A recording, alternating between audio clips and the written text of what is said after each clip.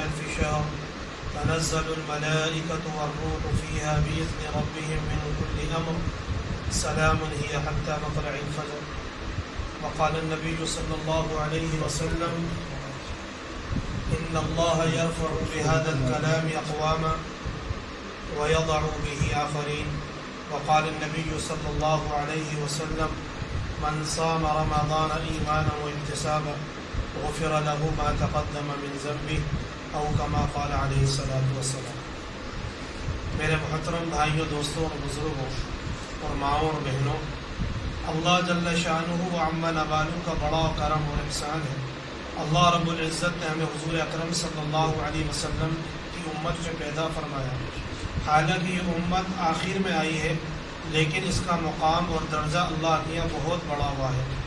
یہ دوسری امتوں کے اعتبار سے عمر میں بھی کم ہے اور اعمال کے اندر بھی کم ہے، لیکن اللہ رب العزت نے اس امت کے اعمال کا درجہ اتنا بڑھا دیا کہ یہ عمل تو کم کرے گی، لیکن اس کے درجے اور اس کا مقام دوسری امتوں سے بہت زیادہ بڑھا ہوا ہوگا. حالانکہ اللہ رب العزت نے قرآن مجید میں خود ارشاد فرمایا من جاء بالحسنۃ فلہ عشر امثالها، کہ جو ایک نیکی لے کر آئے گا ہمارے یہاں، ہم اس کا مقام اور درجہ بڑھا دیں گے، اس کا درجہ 70 گنا کر دیں گے. اور رمضان المبارک کے اندر اللہ رب العزت عام دنوں کے مقابلے میں فرائض کا ثواب جو عطا کرتے ہیں وہ 70 گنا بڑھا دیتے ہیں، اور سنت و نوافل کا ثواب فرائض کے برابر کر دیا جاتا ہے، اور اللہ مومن کے رزق کو بڑھا دیتے ہیں.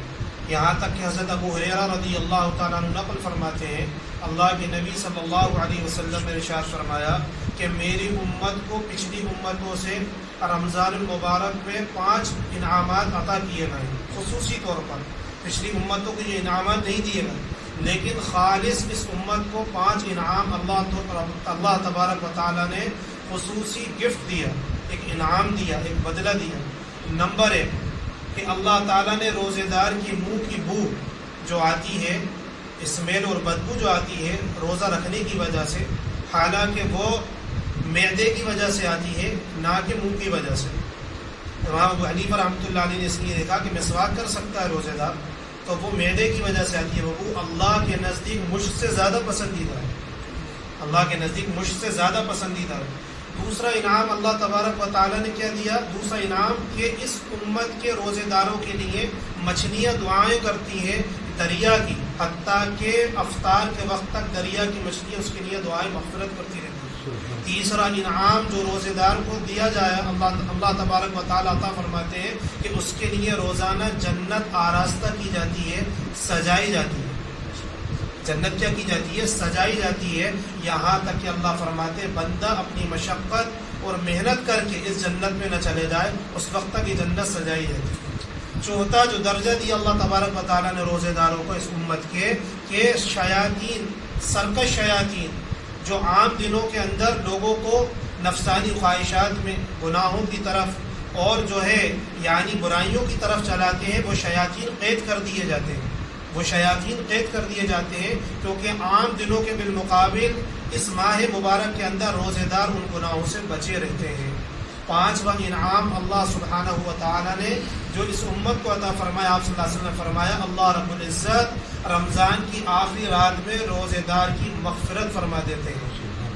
آخری راتوں کے اندر اس ماہ مبارک کی اللہ رب العزت روزے دار کی مغفرت فرما دیتے ہیں. صحابہ کرام رضی اللہ عنہ اجمعین نے پوچھا یا نبی اللہ، کیا وہ شب قدر ہے جس میں اللہ رب العزت مغفرت فرما دیتے ہیں؟ تو اللہ کے نبی صلی اللہ علیہ وسلم نے ارشاد فرمایا کہ مزدور کا جب کام پورا ہو جائے تو اس کو پورا اجر دیا جاتا ہے. تو یعنی عید الفطر کی جو چاند رات ہوتی ہے اس کے اندر بھی ہمیں چاہیے کہ ہم عبادت کرنا چاہیے.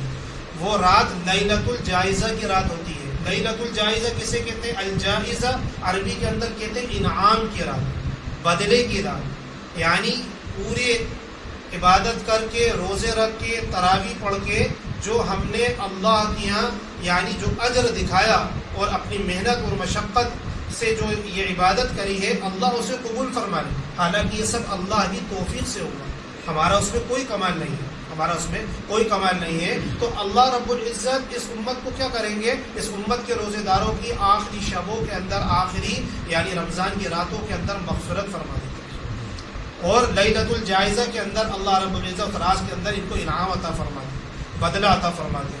تو اللہ کے نبی صلی اللہ علیہ وسلم نے ارشاد فرمایا کہ جو شخص ایمان اور احتساب کے ساتھ رمضان المبارک کے روزے رکھے اور عبادت کرے، قرآن کی تلاوت کرے، اللہ کے ذکر و حمد تسبیح بیان کرے، اور رات کے اندر قیام کرے تراویح کی شکل میں، تہجد کی شکل میں، اللہ رب العزت اس شخص کی مغفرت فرما دے گا.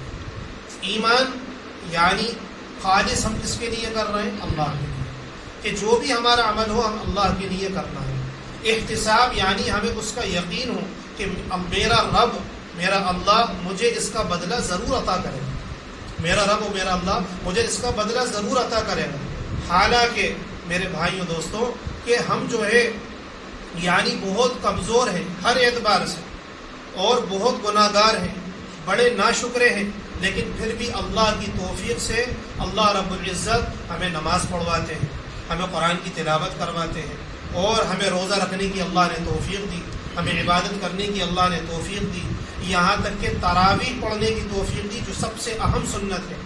اللہ کے نبی صلی اللہ علیہ وسلم پر رمضان المبارک کے اندر یہ قرآن نازل ہو. حضرت جبریل علیہ السلام آپ علیہ السلام پر رمضان کے اندر جو ہے قرآن کی آیات لے کر آتے، اور آپ علیہ السلام کے ساتھ دور کیا کرتے تھے قرآن کا. تو ایک سنت حافظوں کی یہ بھی ہے کہ آپ صلی اللہ علیہ وسلم حضرت جبریل کو سناتے، حضرت جبریل آپ صلی اللہ علیہ وسلم کو سناتے. اسی طریقے سے ہماری حفاظ اکرام بھی ایک دوسرے کو سناتے ہیں، یہاں تک کہ موسیٰ علیہ السلام جب طوا پہاڑ پر گئے تو اللہ رب العزت سے کہا یا باری تعالیٰ میں تیرا کلام سننا چاہتا ہوں. تو اللہ تعالیٰ نے ایک درخت کو حکم دیا کہ تم موسیٰ کو میرا کلام سناؤ، موسیٰ کو میرا کلام سناؤ. تو موسیٰ علیہ السلام کو اس درخت نے کلام سنایا اللہ کا.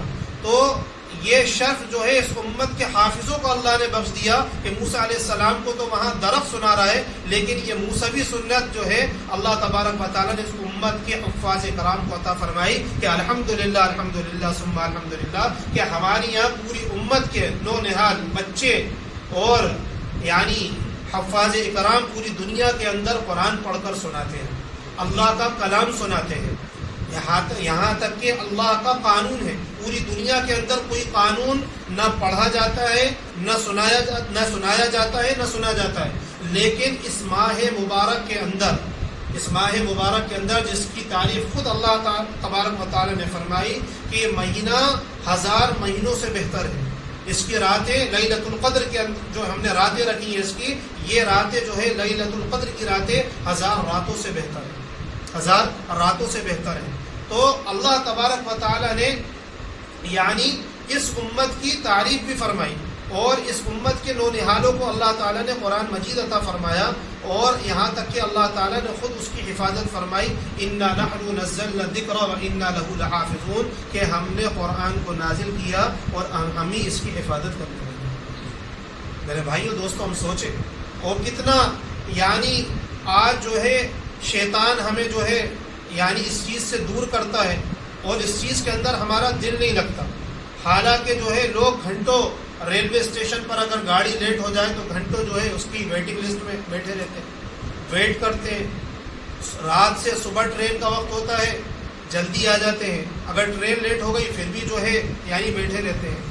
لیکن اللہ تبارک و تعالیٰ نے اس ماہ مبارک کے اندر ہمیں عبادت کرنے میں دل نہیں لگتا، تراویح پڑھنے میں دل نہیں لگتا، دعا مانگنے میں دل نہیں لگتا، اور جو کچھ اللہ کی توفیق سے ہوتا ہے، لیکن نفس جو ہے نا جو انسان کے ساتھ لگا ہوا ہے، یہ انسان کو جو ہے وہ بھی نہیں کرنے دیتا. حالانکہ روایت میں اندر آتا ان الشیطان یجری من الانسان مجری الدم، کہ شیطان انسان کی رگوں میں ایسا دوڑتا ہے جیسا کہ خون انسان کی رگوں میں دوڑتا ہے. تو اللہ تعالیٰ نے انسانوں پر، ہر مسلمان پر 2 فرشتے مقرر کر رکھے ہیں. ایک شیطان حرکت کرتا ہے، شیطان برائیوں کی طرف، نفسانی خواہشات کی طرف، برائیوں کی طرف، گناہوں کی طرف لے کر چلتا ہے اور غلط راستوں کی طرف لے جاتا ہے.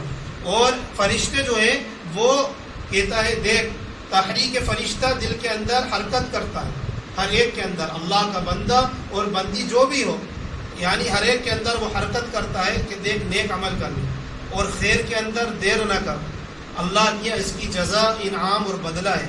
جو بھی تو نیک عمل کرے گا اللہ کی اس کا انعام اور بدلہ ہے، اور اگر تجھ سے کوئی برائی سرزد ہو جائے تو اللہ رب العزت کے اس کی سزا اور پکڑ بھی ہے. فَمَن يَعْمَلْ مِثْقَالَ ذَرَّةٍ خَيْرًا يَرَهُ وَمَن يَعْمَلْ مِثْقَالَ ذَرَّةٍ شَرًّا يَرَهُ. تو میرے بھائیو دوستو بزرگوں، کہنے کی بات یہ ہے کہ اللہ رب العزت نے اس مہینے کو بہت مبارک بنایا، اور اللہ کا شکر ہمیں ادا کرنا چاہیے کہ اللہ نے یہ رمضان کا ہمیں مہینہ دکھایا. اللہ آئندہ بھی عافیت کے ساتھ، سکون کے ساتھ، خیریت کے ساتھ ہمیں یہ مہینہ دکھاتا رہے. اور کتنے لوگ ایسے تھے جو پچھلے سال رمضان تک تھے لیکن اس سال نہیں. پچھلے سال بہت سے اعمال کر رہے تھے لیکن اب نہیں. آپ صلی اللہ علیہ وسلم سے ایک دیہاتی صحابی آئے، پوچھا یا رسول اللہ سب سے اچھا آدمی کون سا ہے؟ سب سے اچھا آدمی کون سا ہے؟ سب سے اچھا انسان کون سا ہے؟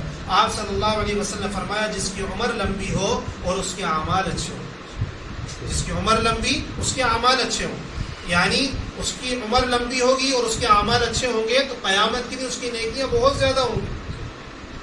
کہ اللہ نے انسان کی عمر زیادہ سے زیادہ اس امت کی 70 سال 80 سال، اللہ نے اور توفیق دی کسی کو، اللہ تعالیٰ سب کی لمبی عمریں کروائے، عافیت سے کروائے، صحت تندرستی عطا فرمائے، تو 90 سال 100 سال الحمدللہ آج لوگ ہیں ایسے. تو نیک اعمال جتنے ہوں گے ان کے درجے بھی، ان کا مقام بھی اتنا بڑا ہوا ہوگا اللہ کی. پھر پوچھا یا نبی اللہ سب سے اچھا ذکر کون سا ہے؟ ان دیہاتی صحابی نے اللہ کے نبی صلی اللہ علیہ وسلم نے فرمایا کہ تمہاری موت اس حال کے اندر آئے کہ تمہاری زبان پر اللہ کا ذکر ہو. سبحان اللہ. یعنی سب سے اچھا عمل کس آدمی کا؟ جس کی عمر لمبی اور جس کے عمل اچھے. اور سب سے اچھا ذکر کون سا؟ کہ جس کی زبان پر اللہ کا ذکر ہو اور اسی حال کے اندر اس کی موت آ جائے. اس کی حال کے اندر اس کی موت آ جائے. کیوں کہ آج جو ہے پوری امت بے حس ہو گئی اور بد نیت ہو گئی. آج امت کو دنیا کی خواہشات اور دنیا کی چیزوں نے اور دنیا کی چکا چوند اور اس کی زیب و زینت اور اس کی لہو و لعب اور مال و متاع نے اتنا مدہوش کر دیا، اتنا جو ہے یعنی بیگانہ کر دیا کہ آج جو ہے امت کے نوجوان اور امت کے نونہال اور امت کے مرد عورتیں جو ہے آج دنیا کی طرف مائل ہیں. یہاں تک کہ ان کی ضرورتیں خواہش بن چکی ہیں اور خواہشیں اور زیادہ بڑھتی جا رہی ہیں. خواہشیں اور زیادہ بڑھتی جا رہی ہیں. اور پھر یہ مسلمان اپنی خواہش کو پورا کرنے کے لیے اسے حرام حلال کی تمیز نہیں بچی، جائز ناجائز کی تمیز نہیں بچی. آج مسلمان کے پاس اگر کوئی چیز نہیں ہے تو اسے حاصل کرنے کے لیے غلط راستے اختیار کرتا ہے. حالانکہ اللہ رب العزت نے خود ارشاد فرمایا من عمل صالحا من ذکر او انثى وهو مؤمن فلنحيينه حیاة طیبہ، کہ جو بھی نیک عمل کرے گا، مرد ہو یا عورت ہو، جو بھی نیک عمل کرے گا ہم اس کی زندگی کو خوشگوار بنا دیں گے. ہم اس کی زندگی کو فلنحيينه حیاة طیبہ، ہم اس کی زندگی کو خوشگوار بنا دیں گے. کہ مسلمان اگر کرائے کے مکان کے اندر رہے گا خوشحال رہے گا، کم آمدنی ہوگی خوشحال رہے گا، ضرورتیں کم ہوں گی خوشحال رہے گا، اس کی زندگی کے اندر سکون ہوگا، اطمینان ہوگا، اور اس کی زندگی جو ہے پرسکون ہوگی. یعنی اسے کوئی چیز کی ٹینشن نہیں ہوگی. اللہ غیب سے جو ہے اس کی ضرورتیں پوری کرتے چلے جائیں گے یہاں تک کہ وہ یہ نتیجہ دیکھے گا کہ اس کی نسلوں کے اندر اللہ سکون دیں گے، اس کی نسلوں کے اندر. اور اگر مسلمان کی زندگی کے اندر دین نہیں ہے، نبی علیہ الصلوۃ والسلام کی شریعت اور سنت نہیں ہے، اگر وہ اللہ کے احکام سے دور ہے اور نمازیں نہیں پڑھتا، قرآن کی تلاوت نہیں کرتا، شریعت کے احکام پر نہیں چلتا، یہاں تک کہ جھوٹ، معاملات میں گڑبڑ، غیبتیں، چغلخوری اور شراب، زنا، بدکاری، ماں باپ کی نافرمانی، پڑوسیوں کے حقوق اور حقوق العباد جتنے ان کی یعنی نافرمانی کرتا ہے، اس پر عمل نہیں کرتا، تو پھر اللہ رب العزت سب کچھ ہونے کے بعد بھی انسان پریشان ہوتا ہے. یہاں تک کہ اگر اس کی زندگی میں دین نہیں ہوگا نا تو محلوں کے اندر رہ کر بھی، بڑے بڑے بنگلوں کے اندر رہ کر بھی، بڑی بڑی کوٹھیوں کے اندر رہ کے بھی، یہاں تک کہ اچھی اچھی سواریوں میں گھومنے کے باوجود بھی ان کی زندگیوں سے سکون نکال لیا جاتا ہے، ان کی زندگیوں سے اطمینان نکال لیا جاتا ہے، ان کی زندگیاں پریشان کر دیتے ہیں. اللہ رب العزت کی طرف سے یہ ہوتا ہے. یعنی اتنی بے چینی، اتنی پریشانی مولانا ابراہیم صاحب دیولہ دامت برکاتہم فرماتے ہیں کہ جتنا زیادہ امت کے پاس مال ہوگا اتنا زیادہ پچھتاوا، کہ اللہ کے اتنا سوال ہوگا کہ مال کہاں سے کمایا، کہاں خرچ کرا، یہ سوال ہونے والا ہے، کہاں سے کمایا اور کہاں خرچ کرا، کہ جتنا زیادہ مال، جتنے زیادہ اسباب اور وسائل، اتنا زیادہ اللہ کی سوال ہے، اس سوال کا جواب، اس سوال کا جواب دینا پڑے گا، کہاں سے ہم دیں گے اس کا جواب؟ ایک بوند کا حساب نہیں دے سکتے ہم اللہ کی، ایک بوند کا، اگرچہ جائے کہ پوری زندگی کا جو ہے حساب دے، تو پھر جو ہے اللہ تبارک و تعالیٰ فرماتے ہیں من اعرض عن ذکری فإن له معیشة ضنکا ونحشره یوم القیامت اعمی، کہ جو میری یاد سے اعراض کر کے زندگی گزارے گا، جو مجھے بھول کر زندگی گزارے گا، غفلت کے ساتھ زندگی گزارے گا، تو ہم اس کی زندگی کو تنگ کر دیں گے۔ کہ جو میں نے بتایا نا کہ سارے وسائل، اسباب اور سب کچھ ہونے کے بعد بھی انسان پریشان ہوگا، ذہنی طور پر، قلبی طور پر، اندر سے بے چینی، بے قراری، بے طلبی اور پریشانی، صبح شام ایک ہی انسان کی حوث۔ حضرت داؤد علیہ السلام کے پاس ایک شخص آیا کہ اے اللہ کے نبی، جو ہے میرے پاس ایک بکری ہے اور اس شخص کے پاس 99 بکریاں ہیں، پھر بھی یہ کہتا ہے کہ ایک بکری مجھے دے دے۔ کیوں؟ انسان کی حرص جو ہے، اس کی خواہشات کی، وہ تو قبر کی مٹی بھرے گی، وہ نہیں بھر سکتا۔ انسان کے پاس ایک ہے تو 2 آ جائیں، 2 ہے تو 4 آ جائیں، 4 ہے تو 6 آ جائیں۔ کہ میرے بھائی دوستوں کو میرے کہنے کا مقصد یہ نہیں ہے کہ ہم جو ہے دنیا بالکل چھوڑ دیں، ہم جو ہے بالکل یعنی تسبیح ہاتھ میں لے کر اور جو ہے بالکل صاحب کہ یعنی کچھ نہیں کرنا ہم بیٹھ جائیں۔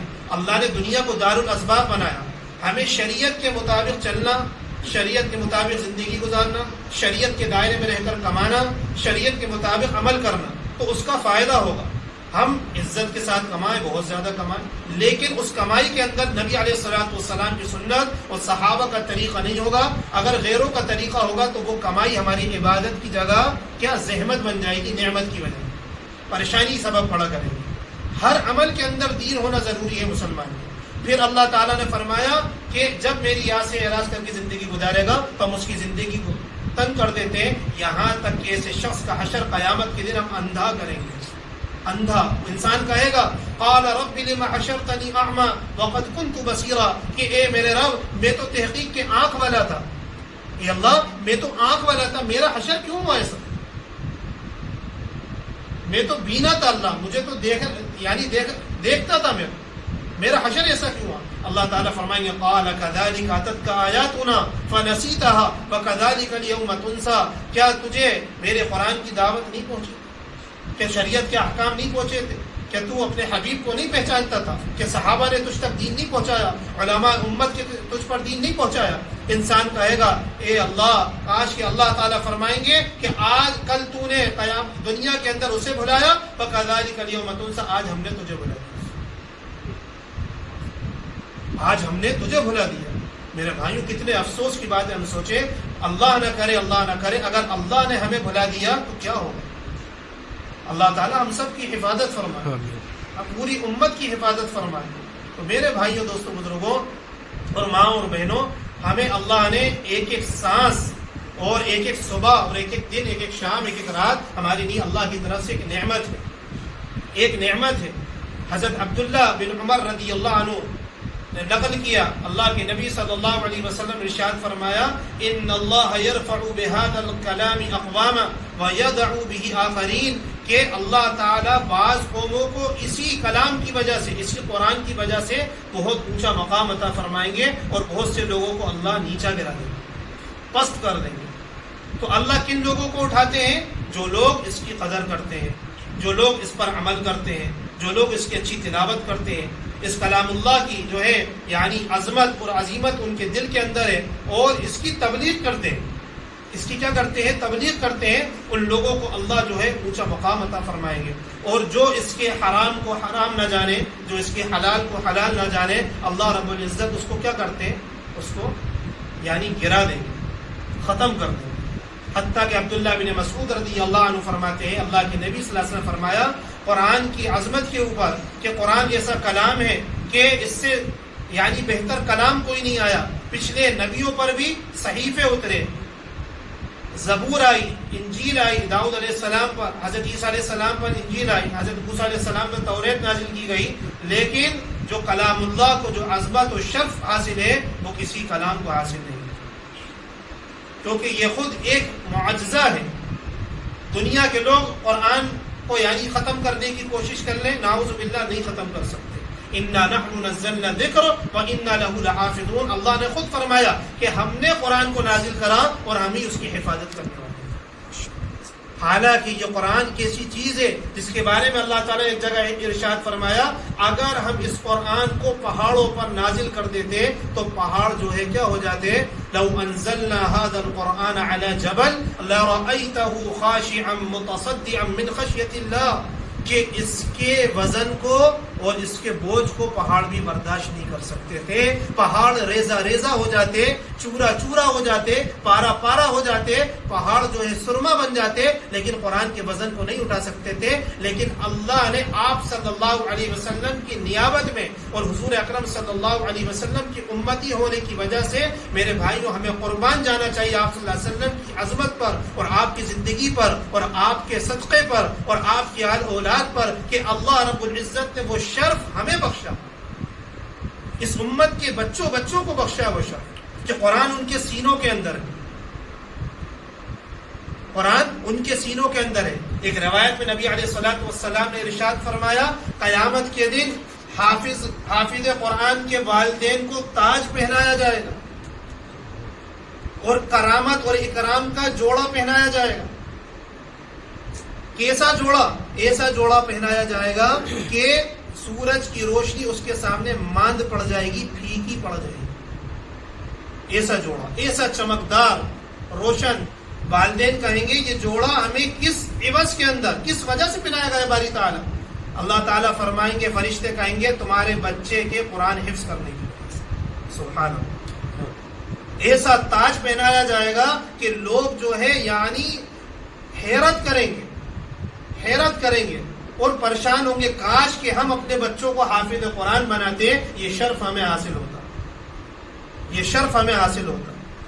یہاں تک کہ حافظ قرآن سے کہا جائے گا وَرَتِّلْ كَمَا تُرَتِّلُ فِي الدُّنْيَا، کہ تم تلاوت کرو خوش الحانی کے ساتھ، اچھے یعنی کلام کے ساتھ، اچھی آواز کے ساتھ، جس طریقے سے تم دنیا میں کلام پڑھا کرتے تھے، یہاں تک کہ جہاں تیری منزل و آخری قرآن کی پڑھتا جا اور جنت کے درجوں پر چڑھتا جا، جہاں تیری آخری آیت ہوگی وہیں تیری جنت کا مقام ہوگا۔ ایسی نعمت اور ایسی جنت اللہ تبارک و تعالیٰ، یہ صرف حافظ قرآن، یہ صرف حفظ کی برکت ہے، یہ صرف حفظ کی برکت ہے، قرآن یاد کرنے کی برکت۔ حافظ قرآن جو باعمل ہو، نیک ہو، متقی ہو، اس شخص کو اللہ تعالیٰ عطا فرمائیں گے کہ ایسی جنت میں اللہ اس حافظ قرآن کو پہنچائیں گے جس جنت کے 70,000 دروازے ہوں گے، 70,000 پورے اس کا استقبال کریں گے، 70,000 فرشتے اس کے استقبال کریں گے۔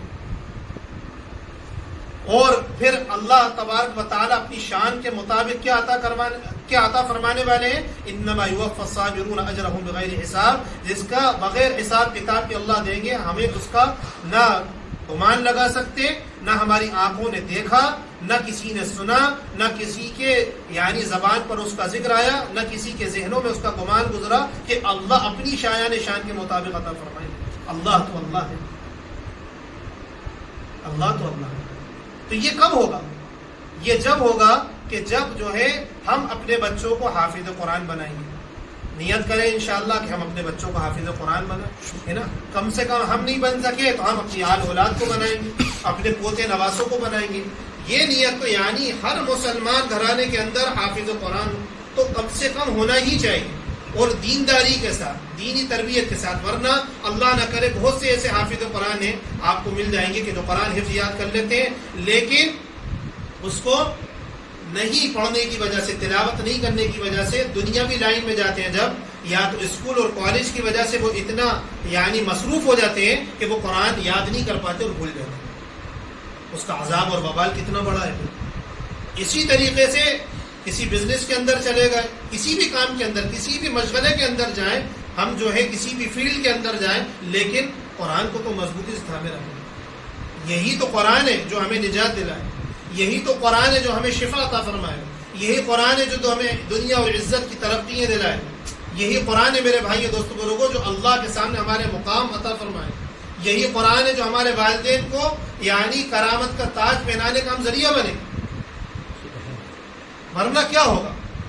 ایک صحابی فرماتے ہیں اللہ کے نبی صلی اللہ علیہ وسلم نے ارشاد فرمایا کہ قرآن کو تکیہ اور سہارا نہ بنا، قرآن کو تکیہ اور سہارا نہ بنا، یہاں تک کہ قرآن کی اچھی خوش الحانی کے ساتھ اچھی آواز میں قرآن کو پڑھو، مزے لے لے کر پڑھو قرآن کو، اور قرآن کی تبلیغ کرو اور اس پر عمل کرو، اور یہ نہ چاہو کہ قرآن کے ذریعے سے ہمیں کچھ مل جائے، حالانکہ قرآن کی قیمت کوئی نہیں ادا کر سکتا۔ لا تشتروا بآیاتی ثمنا قلیلا، یہاں تک کہ علماء مفسرین نے لکھا کہ پوری دنیا کی چیزیں، ساز و سامان، ہیرے جواہرات، سونا چاندی، تمام انسان اور جناتوں کا مال اگر قرآن کی ایک حرف کے مقابلہ کرنے پہ آئے، اس کی قیمت ادا کرنے پہ آئے تو نہیں کر سکتا۔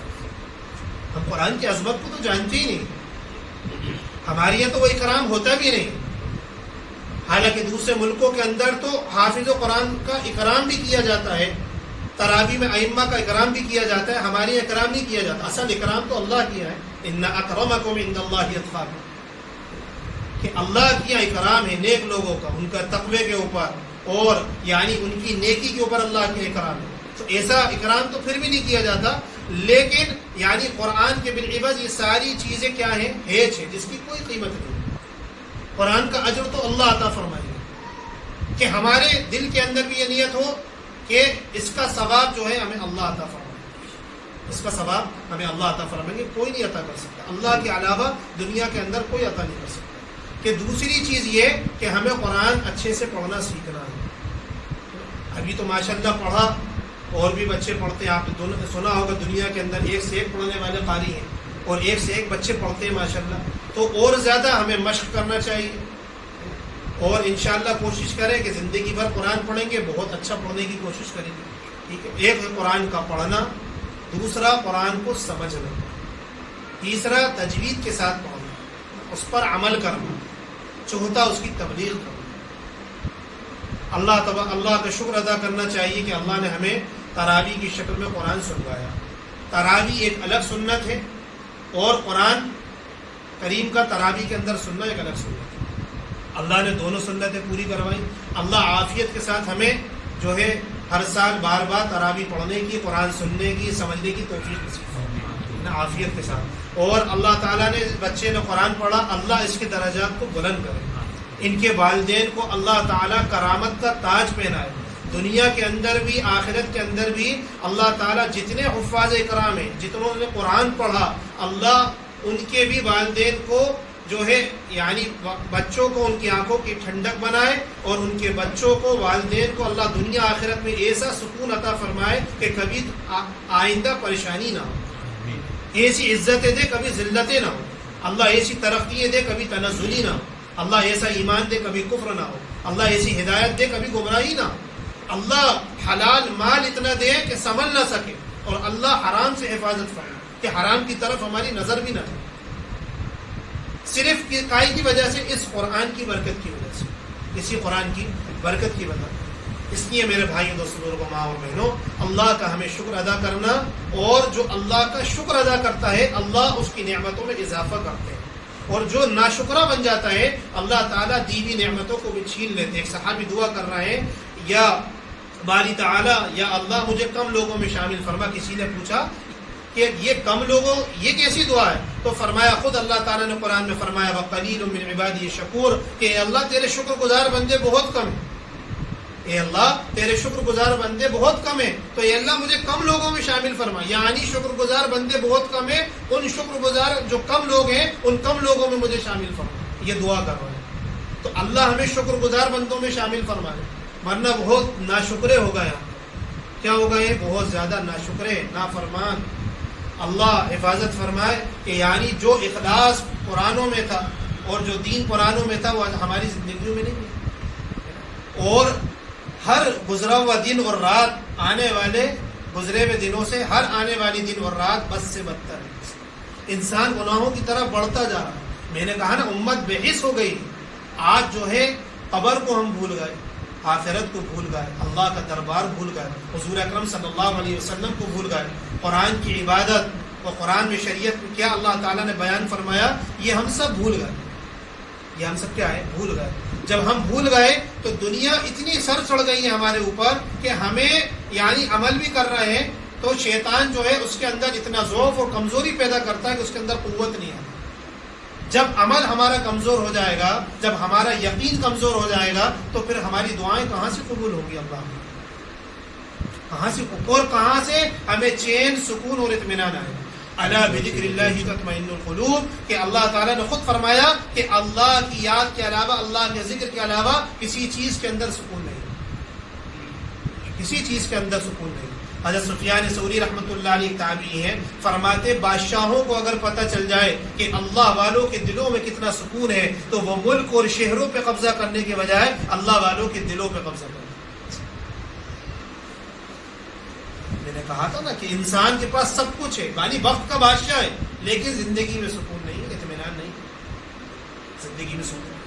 اب اللہ کا شکر ہے، اللہ تبارک و تعالیٰ نے ایک روایت میں آپ صلی اللہ علیہ وسلم نے ارشاد فرمایا کہ ہمیں یاد رہنا چاہیے کہ رمضان المبارک کا مہینہ آیا، آپ صلی اللہ علیہ وسلم ممبر پر چڑھے، پہلی سیڑھی پر آپ نے آمین کہا، آپ دوسری سیڑھی پر چڑھے آپ نے آمین کہا، آپ تیسری سیڑھی پر چڑھے آپ نے آمین کہا. اس وقت حضرت جبریل علیہ السلام آئے تھے اور حضرت جبریل علیہ السلام نے دعا یا بد دعا کی، دونوں کہہ سکتے ہیں، اور آپ نے اس پر آمین کہا. کیا کہا آپ نے؟ کہ جو رمضان المبارک کا مہینہ پائے اور اپنی مغفرت نہ کروا پائے، تو فرمایا آپ نے آمین.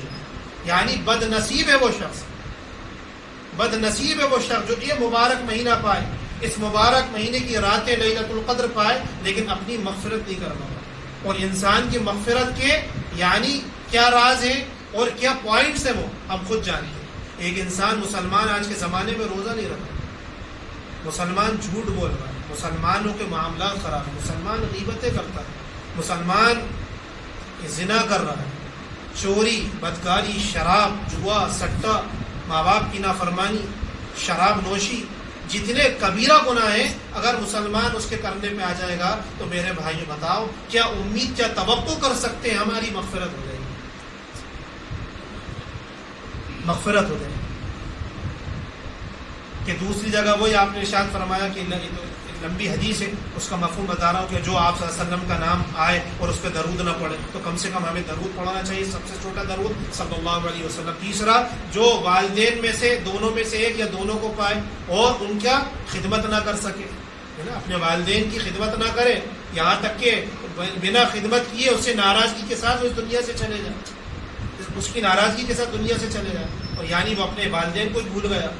جس والدین دنیا میں لانے کا اولاد کو سبب بنے وہ اپنے والدین کو بھول گیا، تو پھر کیا ہوگا؟ اس شخص پر بھی یعنی وہ بددعا پر اللہ کے نبی صلی اللہ علیہ وسلم نے آمین کہا. تو اللہ تعالی ہماری حفاظت فرمائے. بہت سارا وقت یعنی آج تقریباً 17 رمضان ہوگا، 17 رمضان، اور بڑا مبارک دن بھی ہے. آپ نے سنا ہوگا سیرت کے اندر کہ غزوہ بدر 17 رمضان کو ہوا، یعنی اسلام کی سب سے پہلی جنگ تھی. آپ صلی اللہ علیہ وسلم نے دعا کی تھی، اللہ اگر یہ 313 آج نہیں رہے، وہ 1300 تھے، اور یہ 313 تھے، لیکن اسلحہ، تعداد، سامان، ہتھیار سب کچھ ان کے پاس زیادہ تھا اور ان کے پاس بہت سامان بھی کم تھا. تقریباً 2 گھوڑے تھے غالباً اور 60 اونٹ تھے. ان کے پاس 700-800 گھوڑے اور کئی اونٹنیاں تھیں اور ہتھیار تھے. لیکن اللہ نے یعنی اس اسلام کی عظیم الشان جنگ جو سب سے پہلی جنگ ہوئی غزوہ بدر، تو اللہ کو یہ غلبہ دینا تھا اور پوری امت کو یہ پیغام پہنچانا تھا کہ آج جو ہے اللہ کے نبی صلی اللہ علیہ وسلم فرماتے ہیں اللہ اسلام کا نام لینے والا کوئی نہیں رہے گا اگر آج یہ صحابہ شہید ہو گئے. لیکن اللہ رب العزت نے وہاں صحابہ کو فتح دی. ان کفار اور مشرکین کے مقابلے میں اللہ نے صحابہ کا مقام بلند کرا اور فرشتے حتیٰ کہ آسمان سے نزول ہوئے، یہاں تک کہ اللہ تعالیٰ نے خود فرمایا استغیثون ربکم فاستجاب لکم انی ممدکم بألف من الملائکۃ مردفین. قرآن مجید میں اللہ تعالیٰ نے فرشتوں کی جماعت کا ذکر فرمایا کہ تقریباً 1000 کی تعداد تھی ان فرشتوں کی، اور وہ صحابہ کے ساتھ یعنی ایسی جنگ کر رہے تھے کہ صحابہ کو پتہ نہیں چل رہا تھا کہ صحابہ لڑ رہے ہیں اور اس سے پہلے دشمن مارا جا رہا ہے، دشمن مارا جا رہا ہے. پھر اللہ تعالیٰ نے یعنی غلبہ دیا، صحابہ کی تعداد بڑھ گئی، یہاں تک کہ اللہ کو وہ ادا اتنی پسند آئی کہ اللہ تبارک و تعالیٰ نے یہ ارشاد فرما دیا حضرت جبریل کے ذریعے کہ ان سے کہہ دو اللہ کے نبی صلی اللہ علیہ وسلم خوشخبری سنا دو کہ جو آپ کے صحابہ ہیں بدر کے اندر، ہم نے ان کے سارے گناہ معاف فرما دیے، جو چاہے کریں، یہ جنتی ہے صحابہ۔ یہاں تک کہ اللہ کے نبی صلی اللہ علیہ وسلم حضرت جبریل نے فرمایا کہ یا نبی اللہ، جس طریقے سے آسمان والوں پر سب سے مقربین آپ کے وہ صحابہ ہیں جو بدر کے اندر شامل ہوئے، ہمارے درمیان اور آسمان کے اندر بھی وہ فرشتے سب سے مقرب ہیں جو ان کی مدد کے لیے بدر کے اندر اترے۔ سبحان اللہ، الحمدللہ۔ یعنی صحابہ کی وہ جماعت بھی سب سے مقرب، اور صحابہ کی مدد کے لیے آسمانوں سے جو فرشتے آئے وہ بھی سب سے زیادہ مقرب ہے آسمانوں میں۔ میرے بھائیوں اور دوستوں بزرگوں، اللہ تعالیٰ بہت زیادہ یعنی پوری امت کی طرف سے ہم صحابہ اکرام رضی اللہ اجمعین کے محسن ہیں، ان سب کا احسان ہے، آپ صلی اللہ علیہ وسلم کا احسان ہے کہ انہوں نے دین کی ایک ایک چیز، ایک ایک آپ صلی اللہ علیہ وسلم کی ادا اور آپ صلی اللہ علیہ وسلم کی تعلیم پر ہم تک پہنچانے کے لیے جو جد و جہد کی اور اس دین کو فروغ دیا، اپنا خون بہا کر اور جو ہے یعنی جان مال کو قربان کر اور یعنی اپنی عورتوں کو بیوہ کر بیویوں کو، اپنے بچوں کو یتیم کر جو دین ہم تک پہنچایا، اللہ ہمیں اس کی قدردانی نصیب فرمائے، اور صحابہ کو بہت زیادہ اللہ اپنی شان کے مطابق ان کے درجے اور ان کی قبروں کو جو ہے نور سے منور فرمائے، کہ جو شہید ہوتے ہیں یعنی وہ تو فرمایا قبر کے اندر بھی زندہ رہتے ہیں اور ان کو وہاں بھی رزق پہنچایا جاتا ہے، ان کے درجے تو واقعی بڑے ہوئے، لیکن ہم اپنی طرف سے بھی دعائیں کرا کریں، کیونکہ قیامت کے دن اللہ تبارک و تعالیٰ ان کے طفیل ہی ہماری بخشش ہوگی، ہمارا عمل تو ہے ہی اور اللہ کا فضل ہی ہوگا، ہم سب کامیاب ہوں۔ تو میرے بھائیوں، دوستوں، بزرگوں، ماں اور بہنوں، کہ بہت سارا ہمارا یعنی کئی سال رمضان گزر گئے، اللہ نے ہمیں توفیق دی، یہ بھی وقت ہمارا گزر گیا، اب انشاءاللہ کہ جو بھی روزے ہمارے باقی ہیں، رمضان مبارک کے جو ایام ہمارے باقی ہیں، جو دن باقی ہیں، اب ہمیں اس کی قدر کرنی ہے، اور لیلۃ القدر یعنی جس کے بارے میں اللہ تعالیٰ نے قرآن مجید میں ارشاد فرمایا جو شب قدر ہے، ہمیں اس کی بھی جو ہے یعنی قدردانی کرنی ہے اور عبادت کرنی ہے، اللہ سے مانگنا ہے، اپنے گناہوں پر ندامت ہو، شرمندگی ہو، استغفار ہو، اور اللہ تبارک و تعالیٰ سے اپنے لیے، اپنی آل اولاد کے لیے، نسلوں کے لیے، پوری امت کے لیے مانگیں، پوری امت کے لیے مانگیں۔ اس ماہ مبارک کے اندر جتنے مسلمین مسلمات مومنات چلے گئے ان کے لیے بھی ہم مانگیں، بڑی قیمتی رات ہے، عبادت کی رات ہے، اعتکاف کا بڑا ثواب ہے، مرد حضرات جو ہے یعنی مسجدوں کے اندر اعتکاف کرتے ہیں، عورتیں جو ہے گھروں کے اندر اعتکاف کرنا چاہیے، کر بھی سکتی ہیں، یعنی ضروری نہیں ہے، لیکن اگر کرنا چاہیں تو ایک جہاں روزانہ مصلی کوئی نماز کا روم ہے وہاں قیام کریں، اگر نہیں ہے تو کوئی الگ جگہ مخصوص کر لیں جو ہے، لیکن زیادہ سے زیادہ وقت عبادت کے اندر گزاریں، اس میں کوئی بات چیت نہ ہو، کوئی دوسرے کام نہ ہو، اس اعتکاف کے اندر نامحرم سے خاص طور سے پردہ بھی کرنا ہے، نامحرم سے معلوم ہونا چاہیے کہ نامحرم کون ہے، ان سے بھی پردہ کرنا ہے۔ ہاں کوئی چھوٹے موٹے کام ہیں گھر گرہستی کے، کچن کے، وہ کر سکتی ہیں عورتیں، لیکن جو ہے بہت اچھی بات ہے اعتکاف میں بیٹھے، نہیں بھی بیٹھے، لیکن اس کے علاوہ بھی اگر ہم نہیں بیٹھ پائیں اعتکاف کے اندر تو پھر بھی جو ہے ہم جو ہے جو راتیں آئیں اس کی قدر کریں، دن میں روزوں کی شکل میں، رات میں تراویح اور عبادت کی شکل میں اپنے وقت کو ضائع نہ کریں، زبانوں پر اللہ کا ذکر ہو، قرآن کی تلاوت ہو، اور جو ایام باقی رہ گئے ہیں ہم انشاءاللہ جو ہے جب تک عید کا چاند نظر نہیں آ جاتا ہم تراویح پڑھتے رہیں گے، نیت کریں انشاءاللہ ہم تراویح پڑھیں گے، قرآن کی تلاوت زیادہ سے زیادہ کریں گے انشاءاللہ۔ جو بھی اللہ تعالیٰ نے اس بچے کو قبول فرمائے اور ان کے والدین کو بھی قبول فرمائے، اللہ سبحانہ و تعالیٰ جو ہے یعنی انہیں بہت اچھا قاری اور حافظ عالم باعمل بنائے اور ان کے دین اور دنیا سے سرفراز فرمائے، دین اور دنیا کی ترقیوں سے سربلندیاں عطا فرمائے اللہ رب العزت، اور انشاءاللہ جلد سے جلد جو ہے ان کا قرآن مکمل کروائے اور انہیں بھی اچھے سے اچھی مسجدوں کے اندر آئندہ اللہ انشاءاللہ تراویح پڑھنے کی، نماز پڑھانے کی توفیق نصیب فرمائے۔ آمین۔ وآخر دعوانا ان الحمد للہ رب العالمین۔